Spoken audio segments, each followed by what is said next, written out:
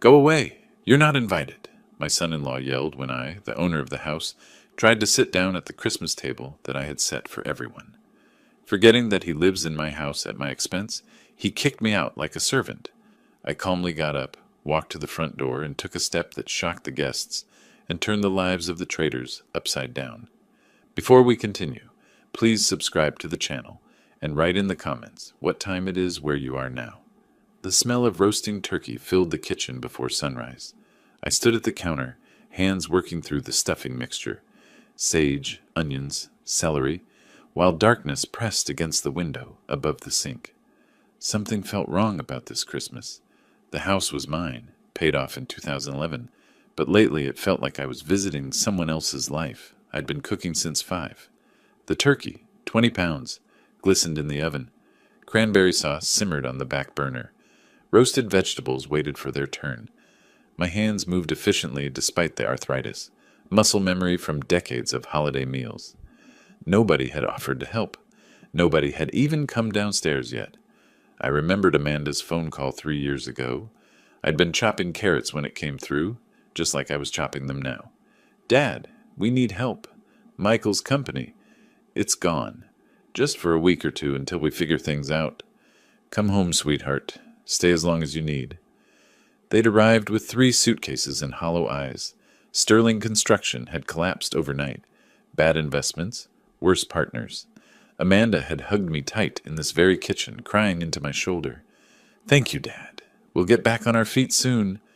Michael had shaken my hand firmly, his grip desperate. "You're saving our lives, Waldo."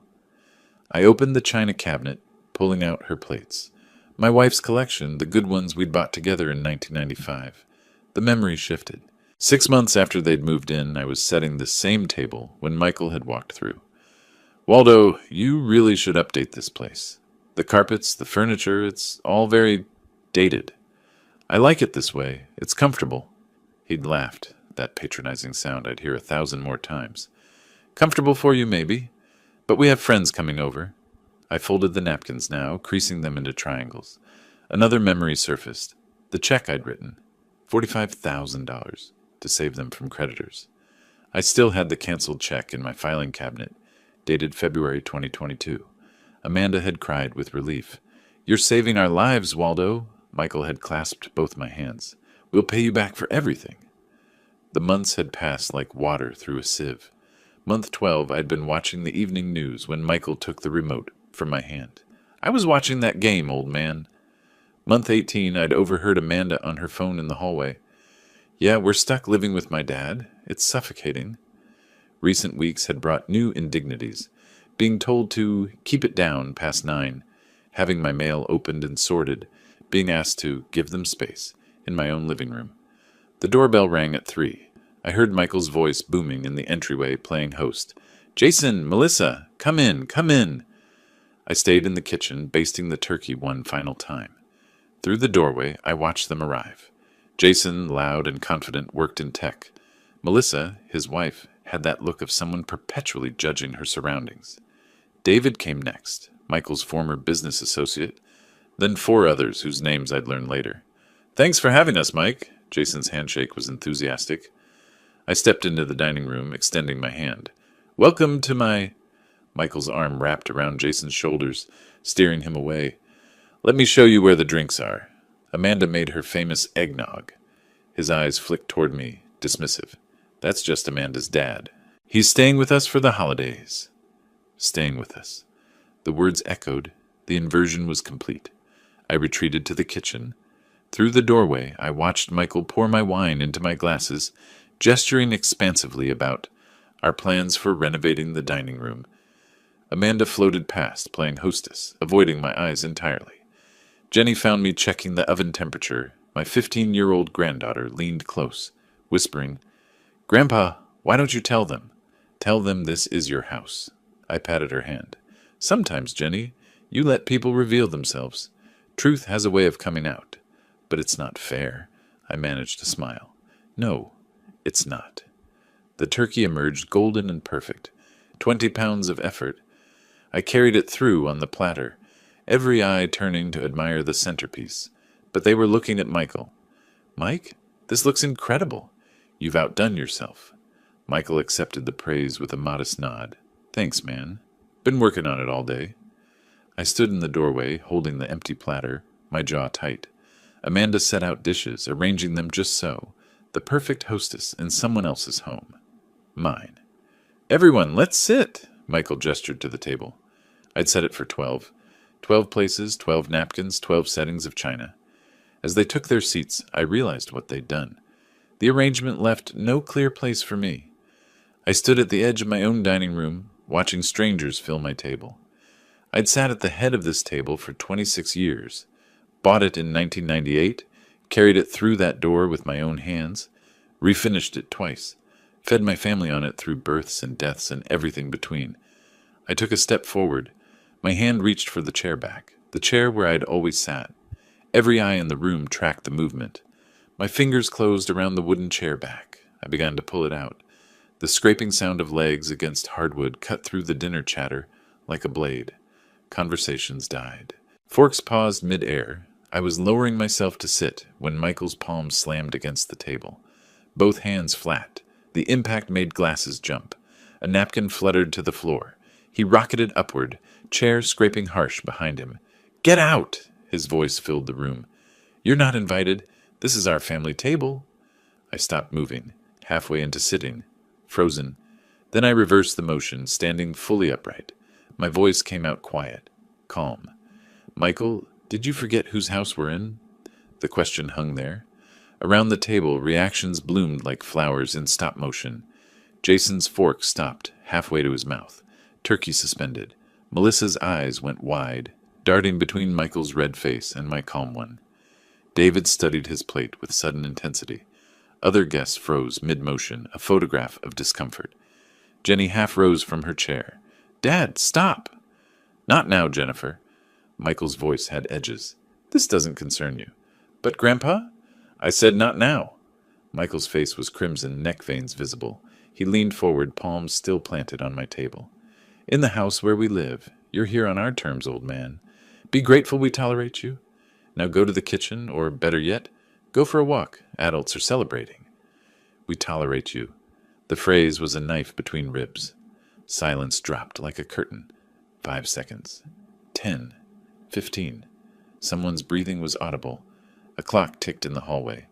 Distant traffic hummed beyond the walls. Michael gestured toward the kitchen, then toward the front door, movements sharp with dismissal, treating me like a servant or child. Amanda stared at her plate, wouldn't meet anyone's eyes. Her silence was its own betrayal, worse than Michael's words. Something settled in my chest. Not peace, clarity. I'd been making excuses for 3 years. They were struggling. They needed time. Family helps family. But this wasn't family anymore. These were strangers occupying my space, erasing my existence one dinner party at a time. I heard my wife's voice from 20 years back, fierce and clear. "Never let anyone make you small in your own home." I turned from the table, not hurried, not slow, deliberate. My footsteps echoed across the hardwood floor. I'd refinished myself in 2008, through the dining room archway, past the furniture I'd chosen, the photos I'd hung. Michael smirked behind me. I could feel it without looking. He thought I was complying, slinking away embarrassed. I stopped at the front door, placed my hand on the brass knob I'd installed 15 years ago, turned it, pulled. The heavy oak door swung open and December air rushed in, cold and clean and shocking. 40 degrees, maybe less. The rectangle of darkness outside seemed to expand, swallowing the warm yellow light from inside. I stood in the doorway and turned to face the room. "Everyone who is currently in this house and is not its owner, you have 5 minutes to leave. This is my house. I bought it in 1998. Michael, Amanda, take your things and go. Right now." Michael laughed, actually laughed, the sound harsh and disbelieving. "You're joking." But the guests were already standing, reaching for coats draped over chair backs, mumbling apologies. Jason squeezed Michael's shoulder. "Man, we should probably go." "No, sit down. He's bluffing. Ignore him." Melissa was already at the door, coat on. "Jason, come on. This is a family thing." "Yeah, we'll call you later." Jason followed his wife. They fled, all of them within 90 seconds. David nodded awkwardly as he passed. Thanks for, sorry. The others filed out in a stream of uncomfortable silence, avoiding eye contact. The door stayed open, cold wind pouring through. Then it was just the four of us. Michael remained standing at the table, but his confidence had cracks. You can't just kick us out. We live here. I stayed at the door, December wind at my back. You live here as my guest. Guess I'm now asking to leave. Amanda finally spoke, her voice breaking. Dad, please. This is insane. I looked at my daughter. Our eyes met for the first time that night. Amanda, you have a choice. Make it. We're not going anywhere. Michael's defiance was returning. You're a crazy old man. I reached into my right pocket, pulled out my smartphone. My thumb wasn't clumsy. I'd taught myself technology, stayed current. I unlocked the screen, navigated to the phone app. Michael's face went from red to white faster than a traffic light. Then I'm calling the police. You wouldn't. But his voice had no conviction. My thumb moved deliberately across the screen. 9. Pressed the digit. 1. Pressed again. 1. I lifted the phone to my ear. Michael stood frozen at my table, next to my china, in my dining room. Amanda had both hands over her mouth. Jenny watched everything with wide eyes. The line began to ring. My thumb completed the motion. The final digit pressed. The phone screen lit up. Calling emergency services. 1 ring. 2. A click. 911, what's your emergency? Michael laughed. Not nervous laughter, genuine mockery. The old man's completely lost it. Sit down, Waldo. Stop embarrassing yourself. I kept my eyes on the open door, cold December air rushing past me. Yes, I need assistance. There are people in my home who are refusing to leave after I've asked them to depart. The address is 2847 Maple Grove Drive, in the Land Park District. Amanda's laugh was shakier, uncertain. She was reading the room better than her husband. Are you in danger, sir? Are the individuals threatening you? No immediate danger, but they refuse to leave my property. I am the sole owner of this residence. Officers are being dispatched. Estimated arrival 12 minutes. Please stay on the line if you feel unsafe. I'll be fine. Thank you. The click of the call ending was the loudest sound in the house. Michael's laughter died like someone had cut its throat. The smugness melted off his face like wax near a flame. Color drained from red to white in seconds. Amanda screamed. Not words at first, just sound. Pure panic made audible. Then words came. Dad, what are you doing? This is us. Your family. Jenny started crying. Quiet tears, trying to make herself invisible in the corner. Michael's aggression returned, desperate now. You can't do this. This is our home. We have rights. I remained at the open door, December wind at my back. This is my home. You have exactly 12 minutes to gather what you can carry and leave, or explain to the police why you're trespassing. That word, trespassing. It made everything real. Michael looked around as if seeing the house for the first time. Really seeing it. Whose house was this? Dad, please, we have nowhere to go. It's Christmas night. Amanda's voice broke on the last word. That's why I'm giving you time to pack. I could have had you removed with nothing. I felt the pull of guilt, felt it hook into my chest. But then I remembered, be grateful we tolerate you. Michael's words from an hour ago. The memory hardened my resolve like steel cooling. The remaining guests, Jason, Melissa, David, who'd stayed hoping to mediate, grabbed coats with fumbling hands. Jason squeezed Michael's shoulder. Man, call me tomorrow. We'll figure this out. But his eyes said he wasn't getting involved. Melissa touched Amanda's arm. Do you need... we could... She didn't finish the offer. Within 3 minutes, they were gone. All of them. Their rapid departure was a verdict rendered without words. They sided with the homeowner. Now just family remained. Michael snapped into action. Amanda, pack bags. We're not staying here with a crazy person anyway. His words were defiant, but his movements betrayed panic. They rushed upstairs. I heard footsteps overhead, drawers slamming, things thrown into bags. Jenny appeared with one small backpack. Tears streaming, she approached me slowly. Grandpa, I'm sorry. My voice gentled for the first time. You have nothing to apologize for, sweetheart. This isn't right. They shouldn't have treated you that way. No, but it's necessary to set things right. Flashing red and blue lights painted the walls through the front windows. Two officers approached. Rodriguez, male, 40s, with the bearing of someone who'd seen everything twice.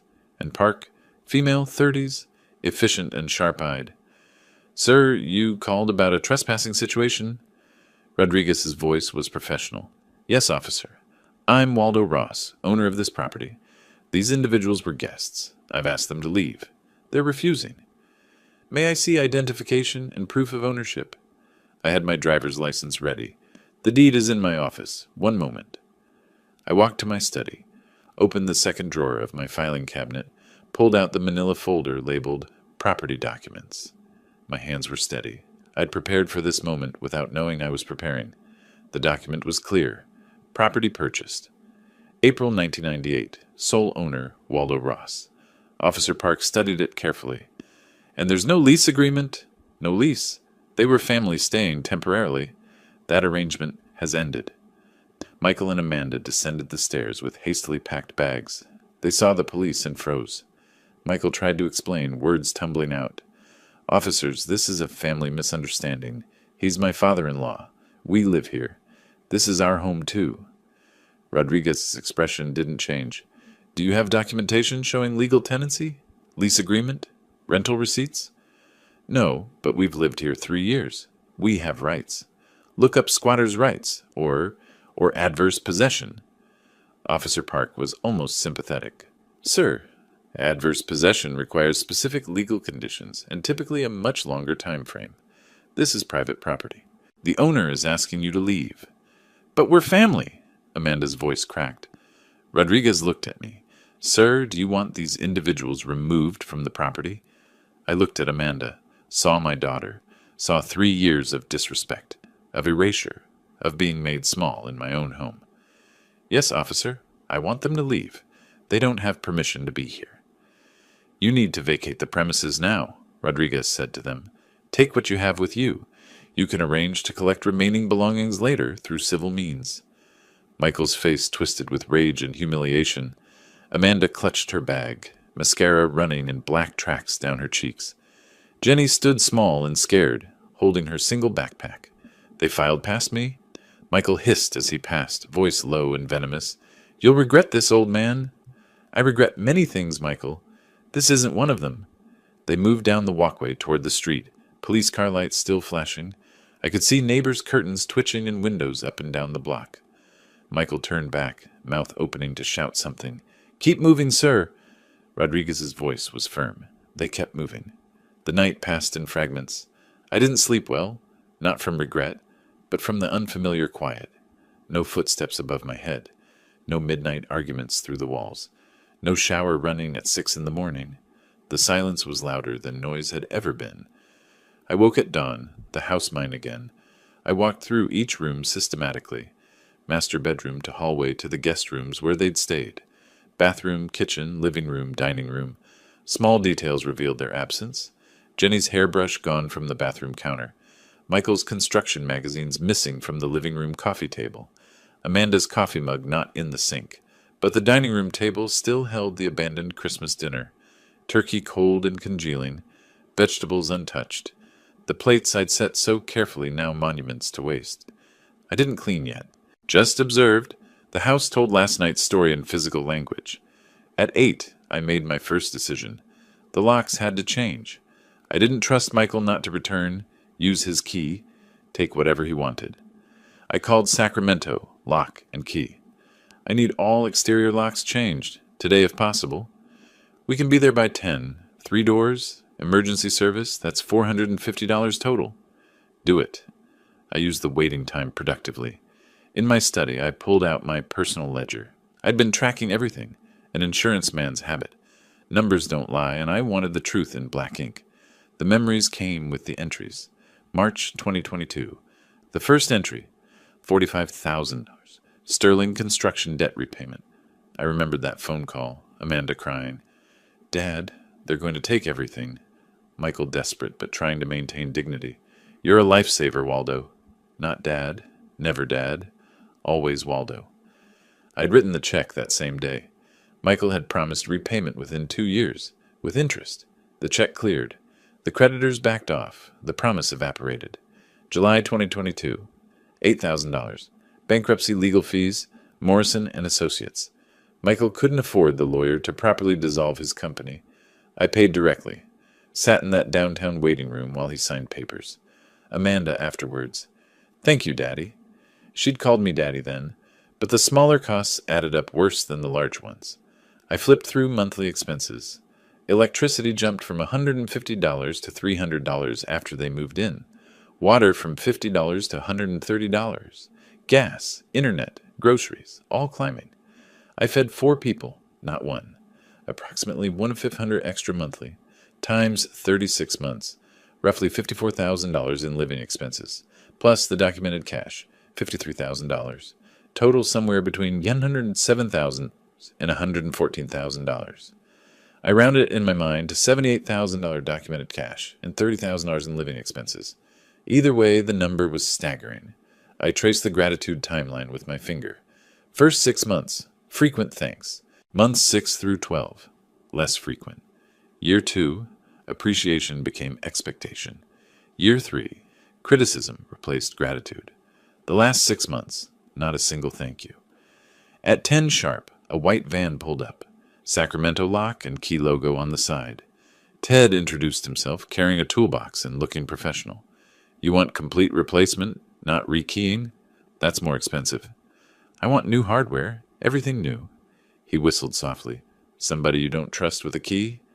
Something like that. Say no more. I see this a lot. Divorce? Family, which is worse. He worked efficiently. 45 minutes for all 3 doors. I watched each old lock come off, each new one go on. Symbolic rebirth. The new keys were shiny brass, unused. Only I would have copies. At 11, my phone rang. Amanda's name on screen. I considered not answering. Let it ring once, twice, 3 times. Answered. Dad, please, let us come back. We have nowhere to go. Her voice was raw, exhausted, desperate. I kept mine measured. Where did you spend last night? Hesitation, shame in the silence. In the car. Walmart parking lot, on Florin Road. I felt it then, a sharp pang of guilt. My daughter slept in a car on Christmas night, but then I heard Michael's voice in my memory. Be grateful we tolerate you. That's unfortunate. What's your plan now? We don't have money for a hotel. Michael's credit cards are maxed. I have $200. She was giving me every piece of information designed to trigger sympathy. I recognized the manipulation even as I felt its pull. We made a mistake. People make mistakes. 3 years of mistakes, Amanda. I'm done funding them. Think about Jenny. She's 15. I'm thinking about Jenny. I'm thinking about what lesson you're teaching her. What are we supposed to do? Her voice rose to a wail. What you should have done months ago. Find jobs. Find housing. Be adults. I hung up. My hand shook slightly, the first real sign of emotional cost. I set the phone face down on the table. Finality in that simple motion. I needed to talk to someone. I called Harold Patterson, my neighbor 3 houses down. Retired real estate attorney. We'd played chess every Thursday for a decade. He arrived within 15 minutes, 2 coffee mugs in hand. We sat on my back porch. December morning sun was weak, but present. I saw the police car last night, he said. Figured you might need coffee and conversation. You're a good friend, Harold. 20 years of chess matches. I know when you need an opening gambit and when you need an endgame strategy. This feels like endgame. I recounted everything. Christmas dinner, the insult, the eviction. Harold listened without interruption. A lawyer's habit? When I finished, he was quiet for a moment. Waldo, you did everything right, legally and morally. Then why do I feel guilty? Because you're a good man. Good men feel guilt, even when they're justified. He set down his mug. But Waldo, be prepared. They're going to come at you. What do you mean? They'll try to sue, claim tenancy rights, maybe try for adverse possession, even though they have no case. On what grounds? Desperation. Michael's the type who needs to win, even when he's clearly wrong. Harold leaned forward. Do you have documentation? Proof you paid for everything? Every check, every receipt. I keep records. He smiled. Of course you do. You're an insurance man. You document everything. His expression turned serious. Get a lawyer. A good one. Not when they sue. Now. Be proactive. I know someone. Robert Morrison. We go back 20 years. Call him today. The sun warmed the porch. Harold's coffee mug sat on the table between us. My phone lay within reach. I picked it up, scrolled to contacts, found Morrison's name. My thumb hovered over it. The next phase was beginning. The week that followed moved like a chess game. Quiet moves, careful strategy. I spent my days in the reclaimed silence of my house, and my nights planning the next phase. On the 7th day after Christmas, I drove downtown to see Robert Morrison. Highway 99 south from Land Park, the familiar route I'd taken for 30 years. Exit at Capitol Mall, the Sacramento skyline rising ahead, the Capitol Dome gleaming even in January's gray light. I found parking in the garage at $3 an hour and walked 2 blocks to 505 feet of Capitol Mall. Morrison and Associates occupied the 15th floor. Modern glass high-rise, marble floors in the reception area, furniture that whispered expensive without shouting it. The receptionist smiled with recognition. Mr. Morrison is expecting you, Mr. Ross. Conference room B. I carried my leather document folder, heavy with papers, heavy with the weight of 3 years documented. Robert Morrison stood when I entered. 52, sharp dresser, reading glasses hanging from a chain. We'd known each other 20 years through insurance industry connections. He'd handled some contracts when I sold Ross Insurance Group, but we hadn't spoken in 2 or 3 years since the sale. Harold called me, said you had a family situation that might turn legal. I set the folder on the conference table. It already is legal. I evicted my daughter and son-in-law on Christmas night. Now I'm preparing for the retaliation. On Christmas, that's bold. Necessary. Robert reviewed the eviction details, nodding occasionally. You followed proper procedure. Police documentation helps tremendously. He paused. But they could claim constructive tenancy. 3 years of residency creates gray area. In California, if they contributed to household expenses or property upkeep, they might argue for tenant rights or even constructive possession. I slid the folder across his mahogany desk. They didn't contribute. I have proof. He opened it. Bank statements, canceled checks, email printouts, receipts. Everything organized with colored tabs. His eyebrows rose with each page he turned. March 2022. Bank statement. $45,000 check to Sterling Construction. Memo line reading, debt repayment. July 2022, $8,000 to Morrison and Associates. Robert looked up. I didn't realize you paid for Michael's bankruptcy filing. You handled it. I paid for it. He continued through monthly utility bills, all in my name, all charged to my credit card, grocery receipts spanning 3 years. Then he reached the emails. One from Amanda, November 2023, jumped out. Thanks for letting us stay in your house, Dad. We'll get back on our feet soon. Your house, Robert read aloud. She acknowledged ownership explicitly. She did. He leaned back, removed his reading glasses. Waldo, this is comprehensive. Most people don't keep records like this. I was in insurance for 35 years, Robert. Documentation was my job. Still, this level of detail suggests you were expecting this? Not expecting? Preparing? There's a difference. He studied me for a moment. With your resources, we can fight anything they throw at you. Though honestly, on a fixed pension... I'm not on a fixed pension, Robert. He paused. What?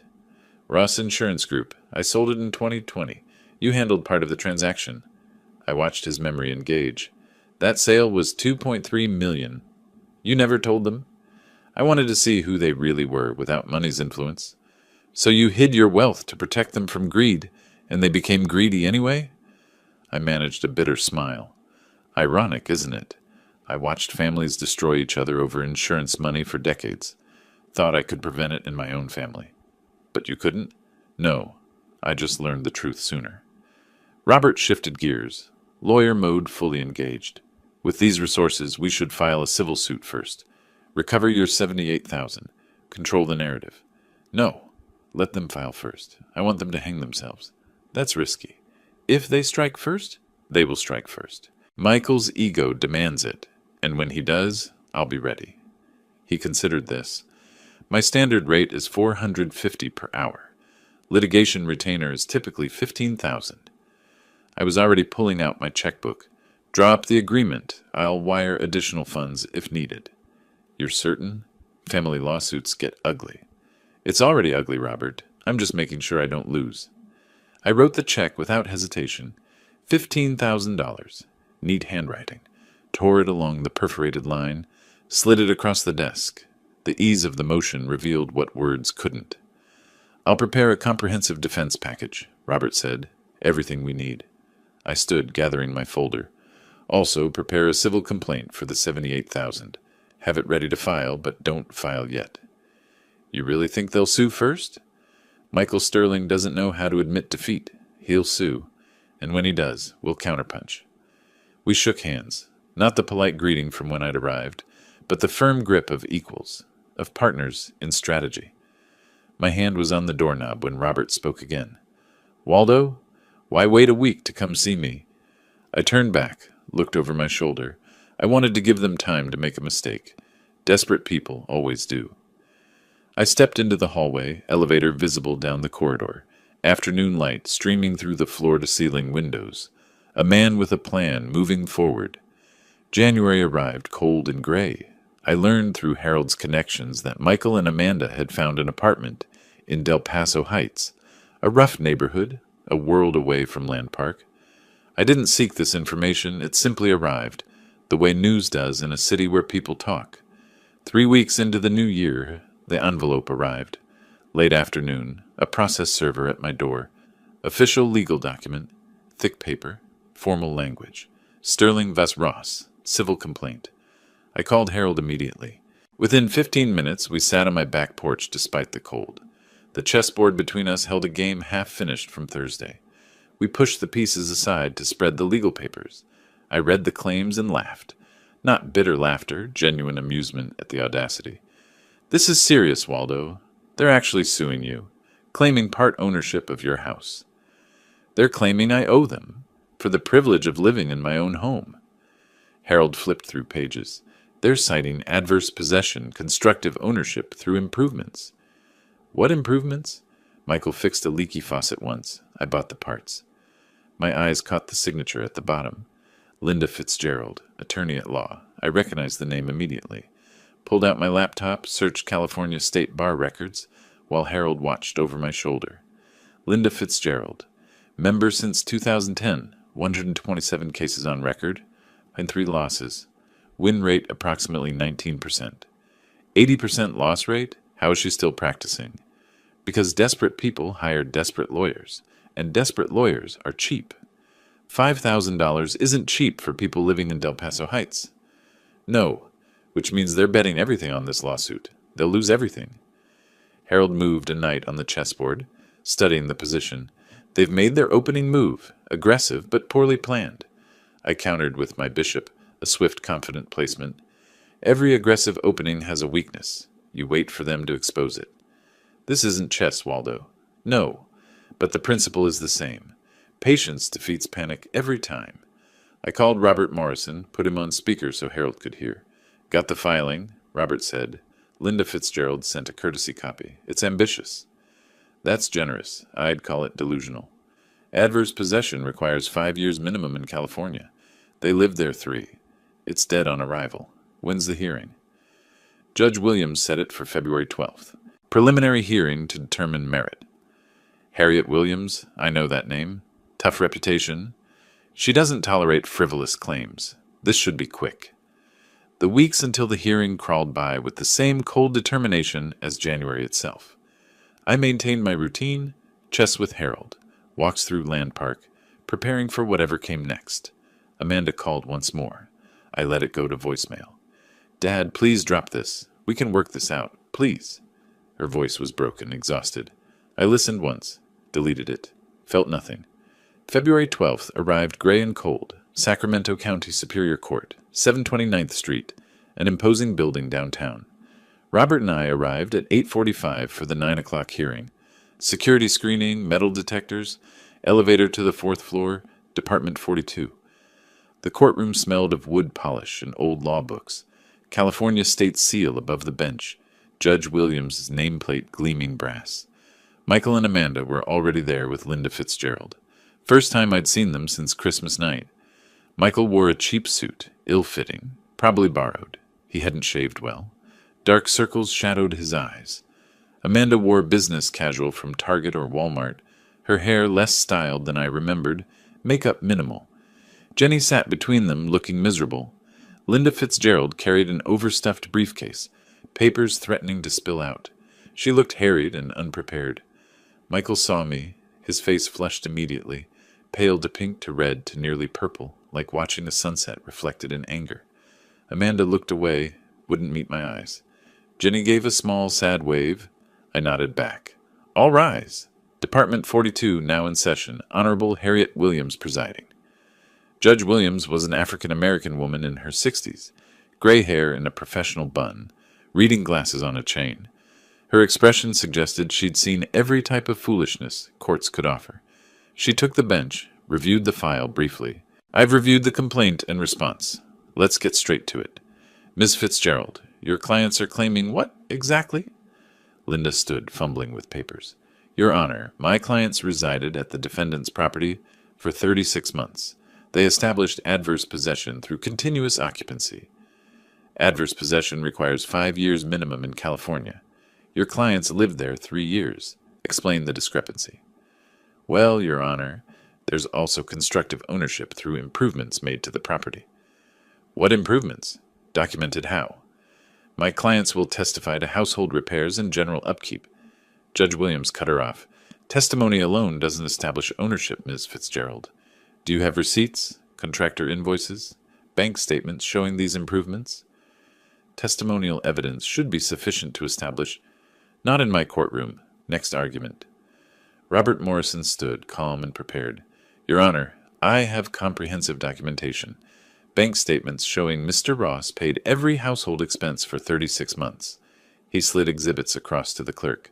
Additionally, email evidence from November 2023, where plaintiff Amanda Ross Sterling explicitly acknowledged this as Dad's house. Her words. He connected his laptop to the courtroom projector.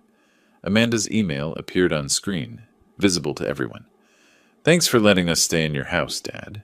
Michael's purple face deepened. Like an overcooked beet, I thought. Judge Williams reviewed the document silently for 2 full minutes. Then she removed her reading glasses. I've seen enough.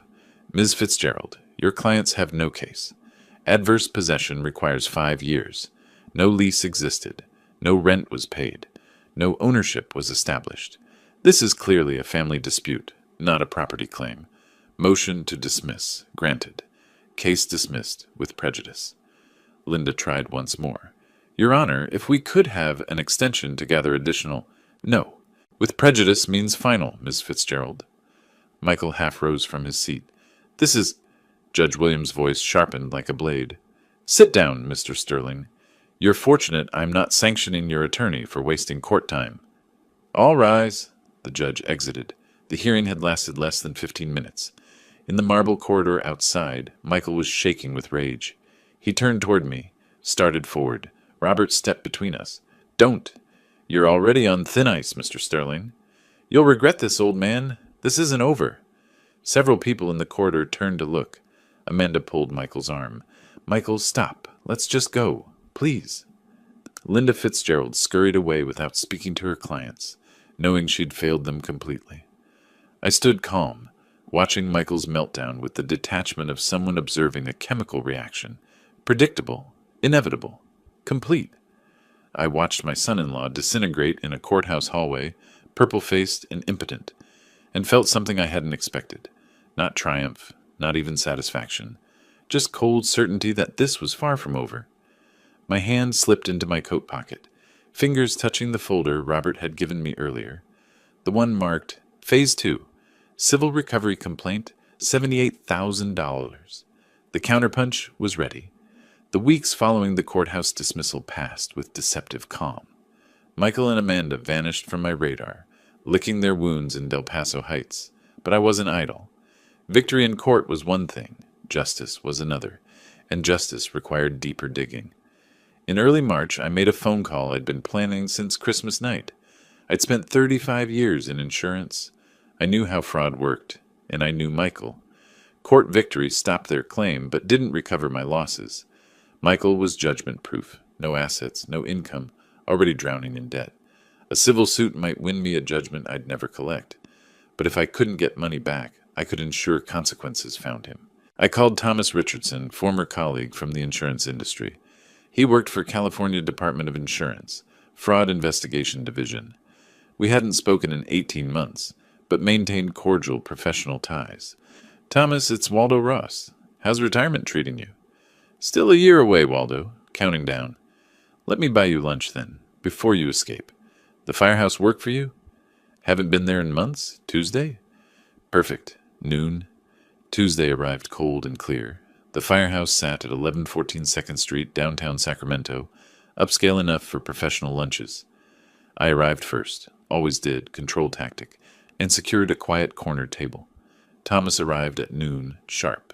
58, gray hair, bureaucrat's careful manner. We covered weather, mutual acquaintances, his approaching retirement.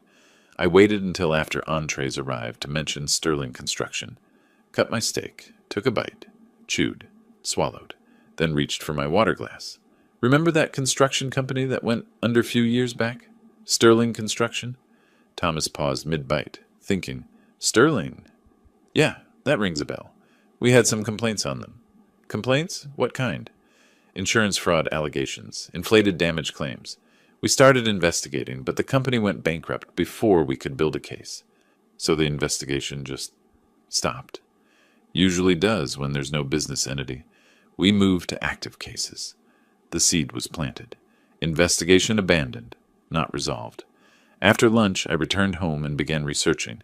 Sacramento County business records, bankruptcy filings, all public information, found Kevin Torres listed as 25% partner in Sterling Construction, LLC. Further digging, Kevin now worked as foreman at Davidson Brothers Construction. I called Davidson Brothers, said I was an old friend of the family, got Kevin's cell number from a helpful receptionist. That evening, I made the call. Kevin Torres? My name is Waldo Ross. I'm Michael Sterling's former father-in-law. His response was immediate, bitter. Former? Good for you. That guy's a snake. The venom in his voice was promising. That's becoming clear. I paid $45,000 to save Sterling Construction, learning it wasn't worth saving. 45 grand? Man, you got played. That company was rotten from the start. Kevin's story poured out. Sterling Construction had done commercial renovations.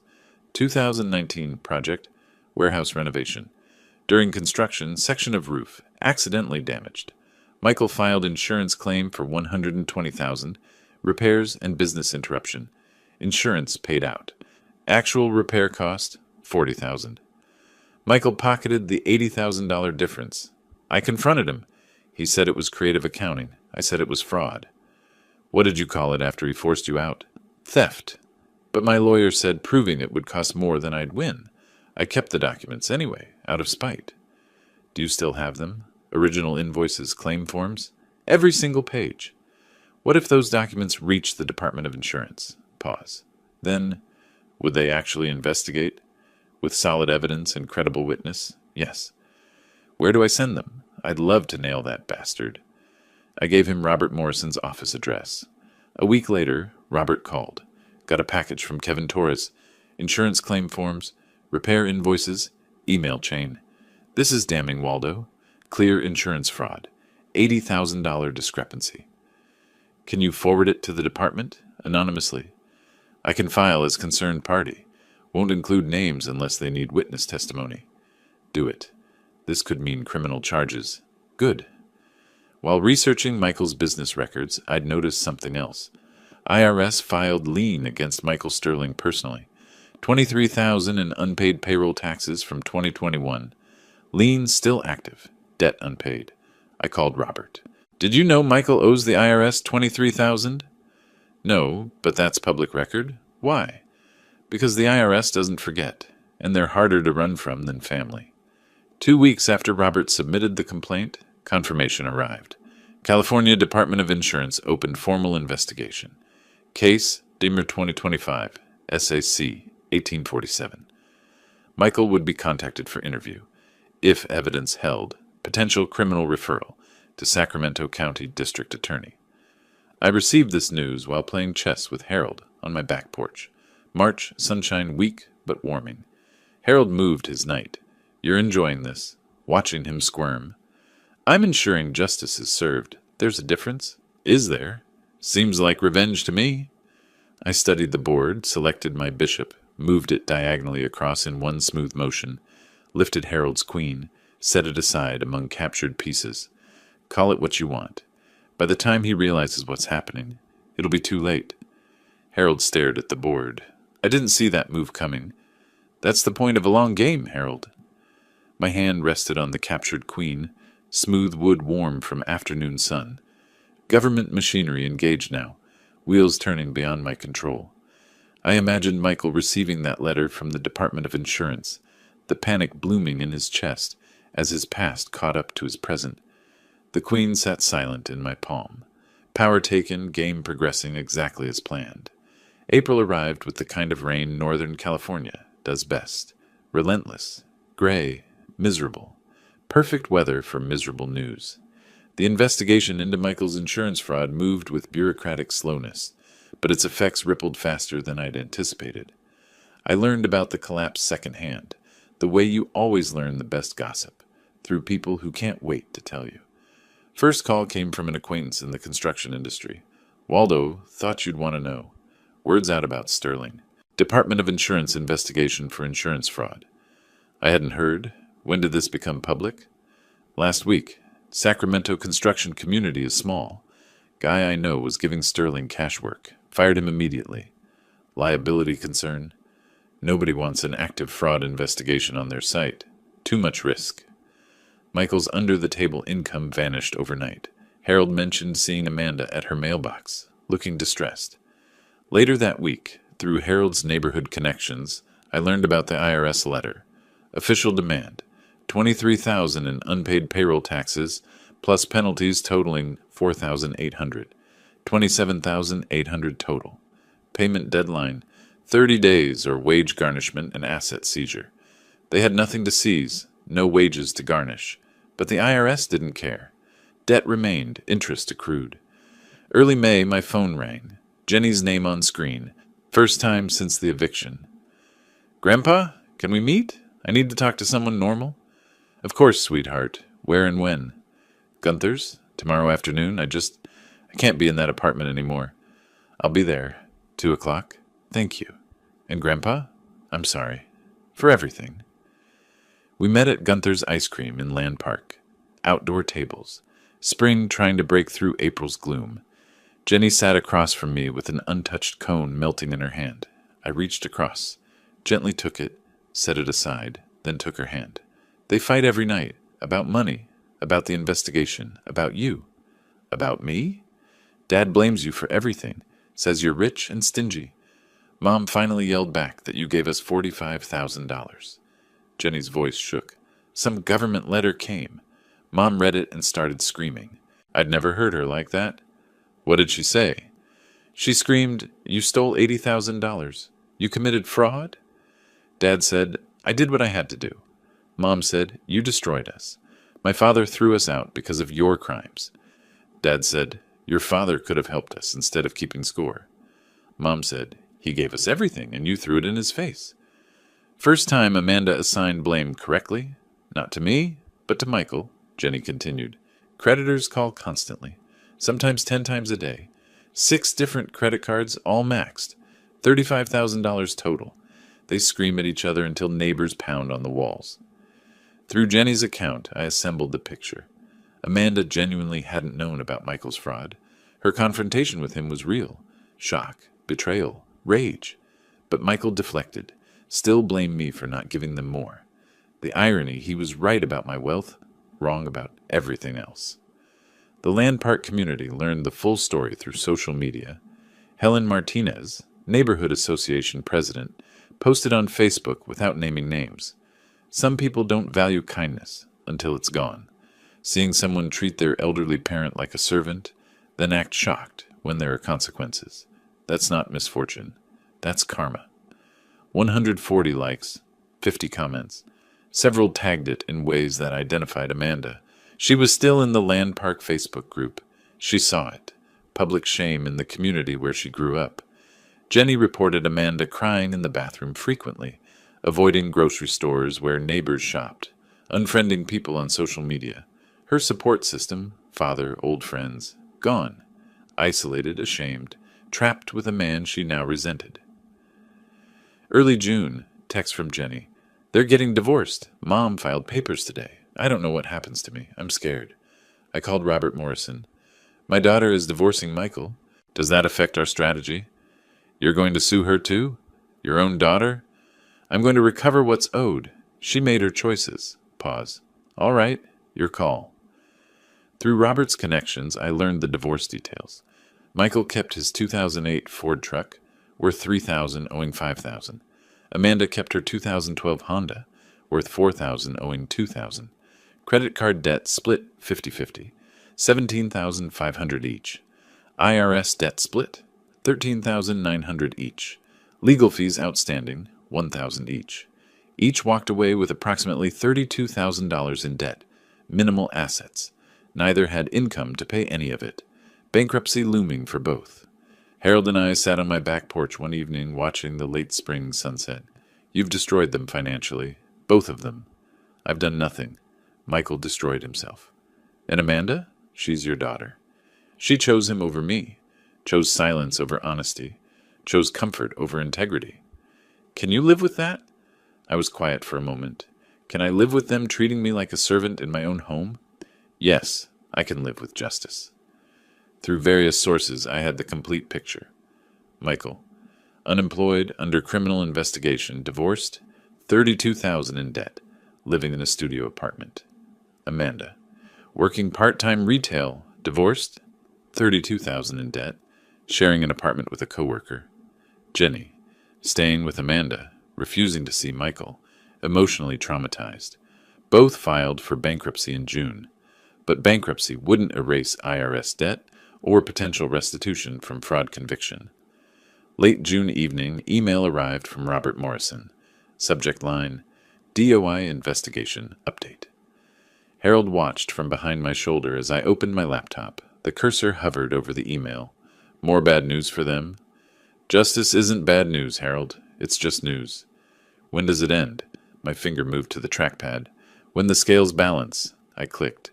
The email began to load, text appearing line by line on screen. Harold leaned closer, reading. I felt the weight of what was coming. Criminal charges, restitution, the final phase of consequences Michael had earned through his own choices. The screen glowed in the dimming light, words forming the shape of what came next. July brought heat that turned Sacramento into an oven. The Department of Insurance investigation had concluded with criminal charges filed against Michael, 2 counts of insurance fraud. I learned this not from news, but from Robert Morrison's email, the one I'd opened at the end of June. The legal machinery was grinding Michael down with bureaucratic precision. I should have felt satisfied. Instead, I felt restless, like a chess player who'd won the game but found no opponent left to challenge. The knock on my front door came on a Wednesday afternoon, unexpected and somehow inevitable. I was home, windows open for cross breeze, ceiling fan rotating lazily overhead, not expecting anyone. Harold played chess on Thursdays, not Wednesdays. I opened the door to find Amanda standing on my porch, first time seeing her since the courthouse in February, 5 months ago. She looked older, thinner, hair pulled back plainly, cheap work clothes visible under a light jacket, retail uniform. Exhaustion lived in every line of her face. "Dad, can I come in? Please, just for a few minutes." I stepped aside without speaking. She entered slowly, looking around the house as if seeing it for the first time. Noticed things had changed. I'd redecorated slightly, made the space mine again. The absence of her family's belongings was evident in the empty corners, the rearranged furniture. We moved to the living room. I gestured to a chair, not the couch. Maintaining distance, sat across from her, waiting. The silence stretched. She struggled to begin. I didn't help, didn't make it easier. Finally, "Dad, I'm so sorry. For everything." She'd rehearsed this, but emotion broke through practiced words. "I was blind. Michael manipulated me, but that's not an excuse. I let him treat you terribly. I stayed silent when I should have spoken up." Her voice caught. "I chose comfort over integrity. I chose him over you. and I lost everything that mattered. I listened without interrupting. Part of me saw my little girl, the daughter I'd raised, now broken and seeking forgiveness. Another part remembered Christmas night, her silence at that table, years of being invisible in my own home, the pull of fatherhood versus the demand of justice. My hands gripped the chair arms, jaw tight. She continued, "I'm not asking you to take me back. I'm not asking for money or help. I have a job now. Retail, minimum wage, but it's mine. I'm figuring things out." She met my eyes. "I just needed you to know. I understand what I lost. I understand who you were trying to be for us. You gave us everything, and we threw it back at you."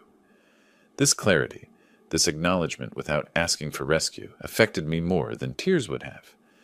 After she left, promising nothing, asking nothing, I called Harold. He came over immediately, found me on the back porch, staring at nothing. She apologized. She understands now. "What did you say to her?" "Nothing. I didn't know what to say." "Do you want to forgive her?" "I want to forgive her.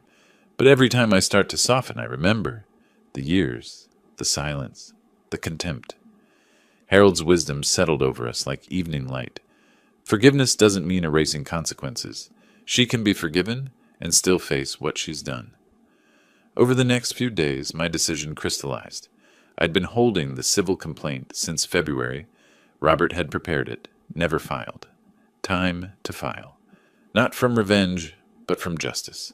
They'd taken from me financially and emotionally. They must repay what could be repaid. Forgiveness could coexist with accountability. I called Robert Morrison.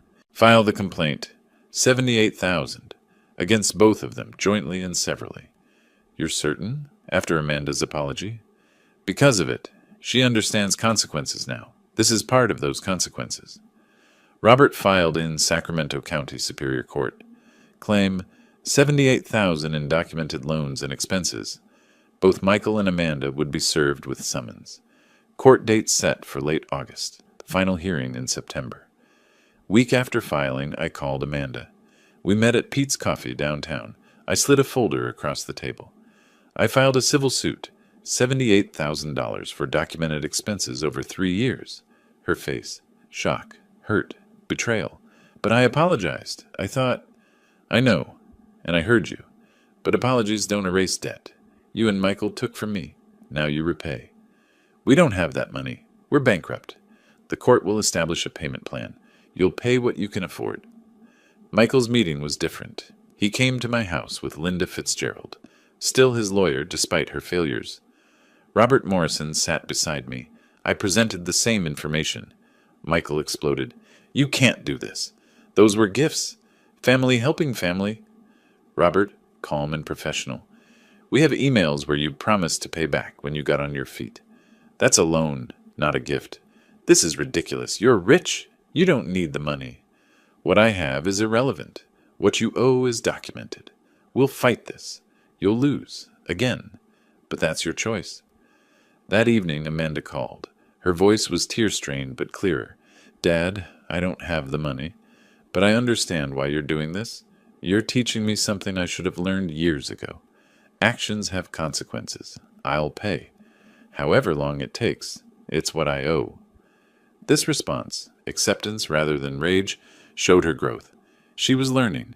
I could forgive someone who accepted consequences. Alone that night in my study, I looked at Amanda's childhood photos on the shelf. Hadn't looked at them in months. Realized punishment served justice, but accountability could serve redemption. The $78,000 might take years to repay, but the process taught the lesson. Harold's voice in my head. Forgiveness doesn't mean erasing consequences.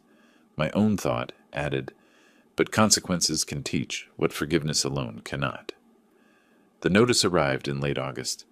Final hearing scheduled September 15th, 2025, 9 a.m., Judge Harriet Williams presiding.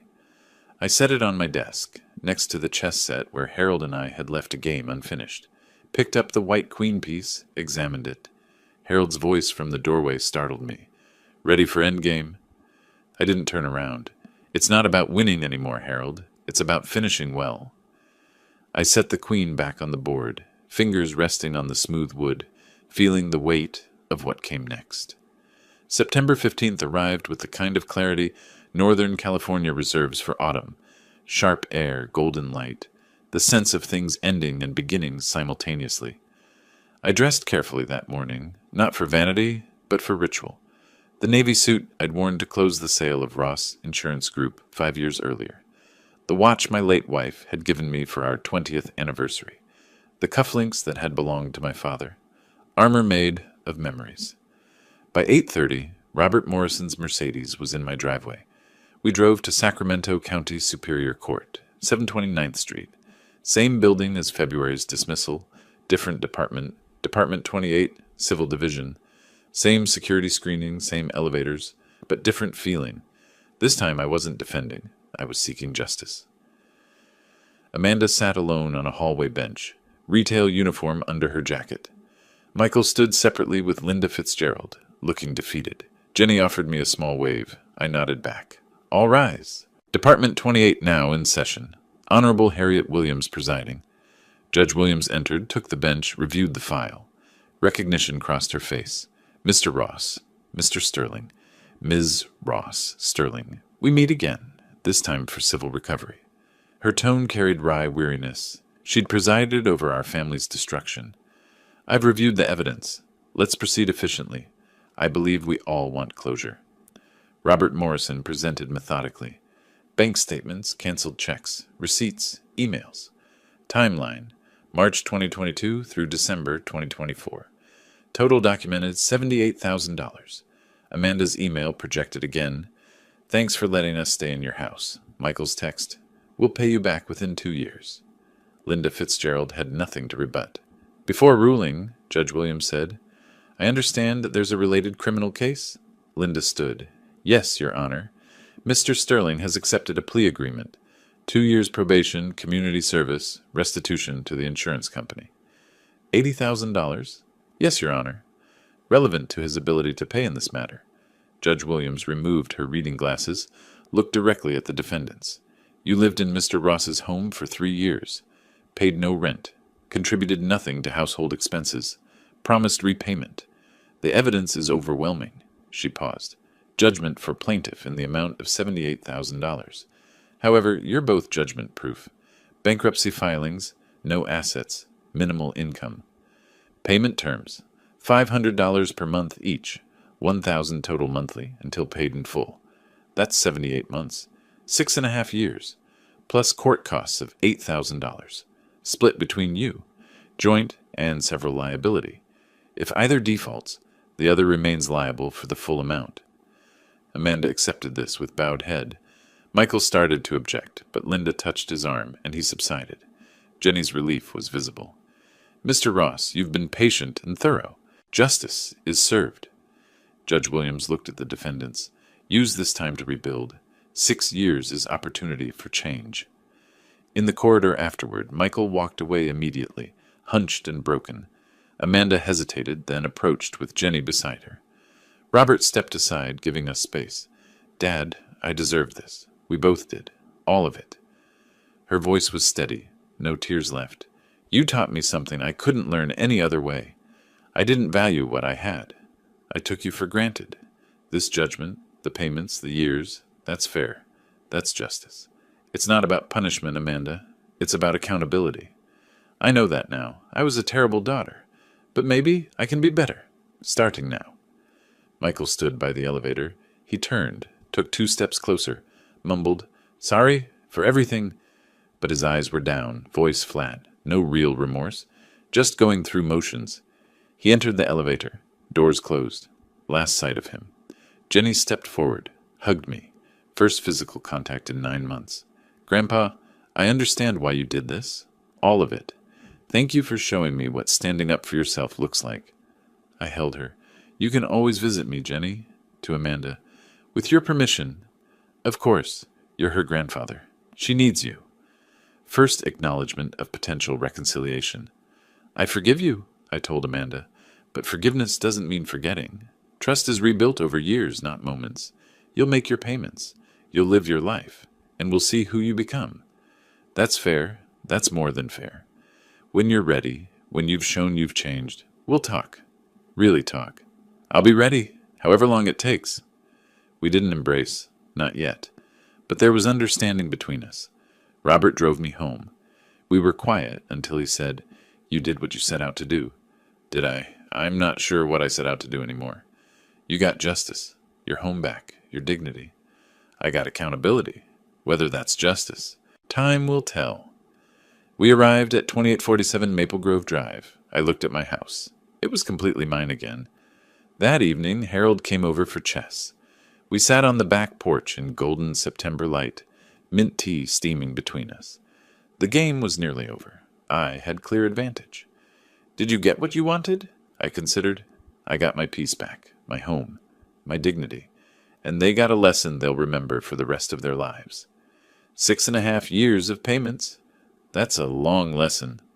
Some lessons take time to learn properly. And Amanda, do you think she's really changed? I think she's starting to. Whether she finishes that change, that's up to her. So what did you learn from all this? I moved my bishop across the board. That the best revenge isn't destroying someone. It's showing them the truth about themselves. Michael saw his fraud, his manipulation, his refusal to take responsibility. Amanda saw her complicity, her silence, her choice to enable him, and I saw that I'm stronger than I thought, and more alone than I'd like. But not completely alone. I looked at my old friend. No, not completely. I moved my final piece. Checkmate. Harold studied the board, nodded appreciation. I didn't see that coming. Very long game. The longest games teach the most. We sat in comfortable silence, evening cooling around us. Light from my house spilled onto the porch. Inside, my home, my space, my peace. Outside, the neighborhood where I'd lived for 27 years. Everything the same. Everything different. I picked up my teacup, took a sip of mint tea, and watched the sun set on a day that felt like both ending and beginning. The game was over. I had won. But more importantly, I had survived with my integrity intact. That, I decided, was the real victory. If you like this story, please like this video, subscribe to the channel, and share your impressions of this story in the comments.